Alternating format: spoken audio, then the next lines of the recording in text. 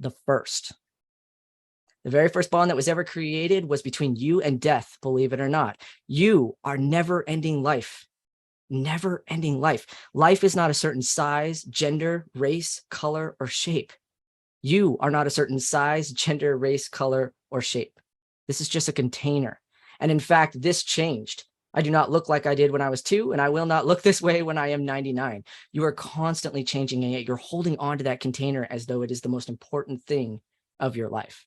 Just look at the people who are in this class right now and the difference, and yet we're all the same underneath. Okay? You are never-ending life. Therefore, the first contract you make to be here in this experience is with death. Okay.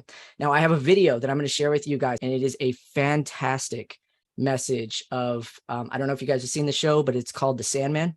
It's on Netflix, and it is a moment where death explains that it learned. Thing existed. I was there. When the last living thing dies, I'll put the chairs on the table, turn out the lights, and lock the universe behind me when I leave. Does it not bother you? I actually used to think I had the hardest job in all our family. Oh, did you? They fear the sunless lands, yet they enter your realm every night without fear. And yet I am far more terrible than you. I was fine in the beginning. Dying and living were new things, and people did them with the enthusiasm they always bring to new things. And then after a bit, it just got harder. But you continued. I thought about giving up. Walking out. For this world. It really started to get to me. I got kind of hard and brittle inside.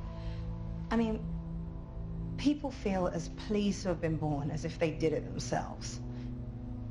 But they get upset and hurt and shaken when they die. But eventually, I learned that all they really need is a kind word and a friendly face, like they had in the beginning. I find myself wondering about humanity. Their attitude towards your gift is so strange. Why do they fear the sunless lands? It is as natural to die as it is to be born. People may not be ready for my gift, but they get it anyway.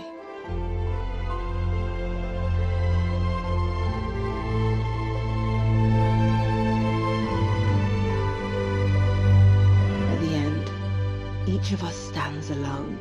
The sunless lands are far away, and the journey is hard. Most of us will be glad for the company of a friend. It isn't about quests. Our purpose is our function. We're here for them. I need them as much as they need me. Okay. If you do not create a bond with death, you cannot receive the gift of the living experience. Okay. The experience. Experience is only quantified by something that can be measured or compared. That's why in your dream, it is not an actual experience. There's nothing to compare to. You don't even know if it's you that is dreaming the dream. And so therefore there's no comparison. Okay. If you want a living experience, the very first contract you will sign and agree with is going to be with death. All right. You must give something to create a bond with death. And since all you are is pure energy, all you have to give is energy. And so you give 3% of energy to start your life. Now, I love teaching this because this is going to answer the question people ask all the time about the Trinity, why it matters so much. And this is why. At the very beginning, the very start, you give 3%. And that 3% is going to give you everything that you need, because you'll see that when we talk about the Trinity, we talk about the Father, the Son, and the Holy Spirit. Or we talk about the Mother, the Maiden, and the Crone. Or we talk about the past, the present, and the future. These are all things that do not have opposites, right? Your past is not opposite of your future. Your future is not opposite of your present. These are trinities. They are held together. And so that 3% truly matters because it is going to give you everything you need, the building blocks for your life. Okay. That 3% is going to give you the essentials for survival. All right. So Your cells in that 3% are going to receive everything they need to create your head and begin developing your brain. Okay, so understand this is at the very beginning of your life. We're not talking about when you're 21 and figuring this out. This is at the very beginning of your life before you even know that you did this. You gave 3% of your energy to have a living experience, and that 3% created what you need to have a head and a brain. It also created what you need to have a body that holds your heart. The first complete organ created is your heart, or a pump, so that you can generate electricity to pump your blood. Okay. The claustrum is often referred to as the wall of the brain. It is a thin, curved sheet of neurons embedded in a white type of matter. Okay. Remember when I taught you guys about cerebral spinal fluid? Once that starts flowing, it starts delivering knowledge throughout your body. Your cells need more knowledge than just how to make a brain and a heart. They need lungs. They need stomachs. They need all the different organs that you need. And so this cerebral spinal fluid is going to start sending these signals to tell it how to do what it needs to do. Okay. You receive the instinct on how to survive within the womb. That 3% will give you instinct on how to survive within the womb. That 3% will also give you instinct on how to survive outside the womb. You need to know how to breathe oxygen. You need to know how to swallow. And most importantly, because you do not do this inside the womb, you need to know how to exhale, how to give back. Okay. So it is very important that this 3% is exchanged at the beginning so that you receive the 3% to survive. Okay.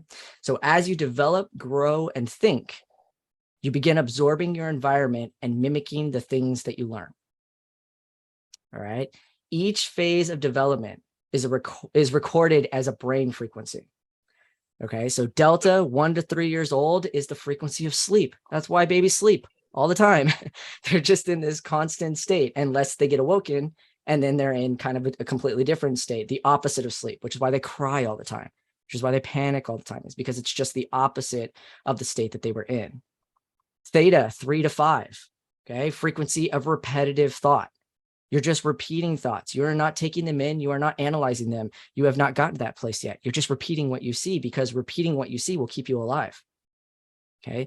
Alpha, 5 to 6 years old. This is the frequency of awareness and imagination. Okay. This is very important. Okay. So about the time that you are at 6 years old, your brain shifts to an alpha frequency. This frequency allows you to see yourself as something in this world, not of this world. Okay.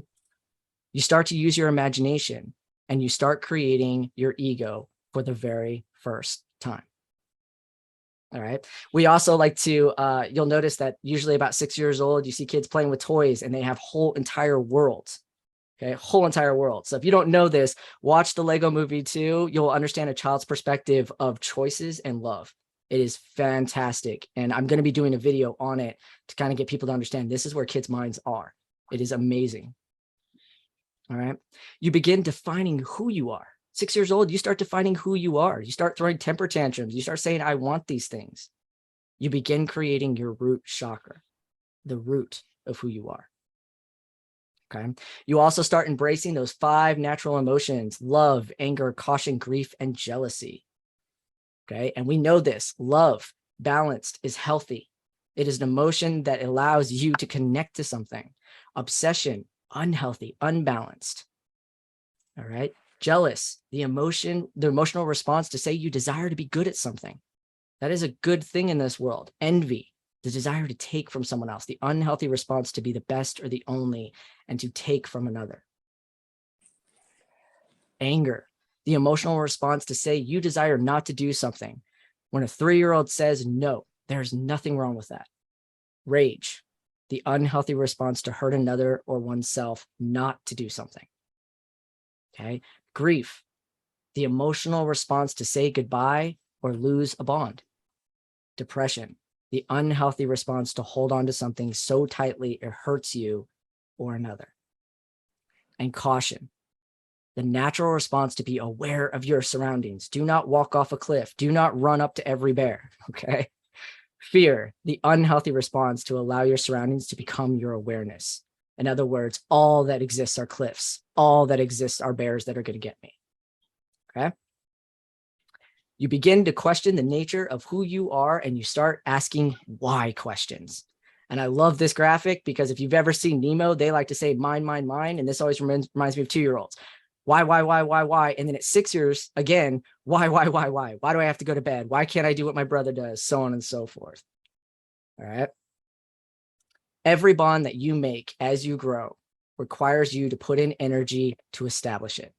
Friendships, family, romantic relationships, they all require energy. And that's what we're going to talk about next.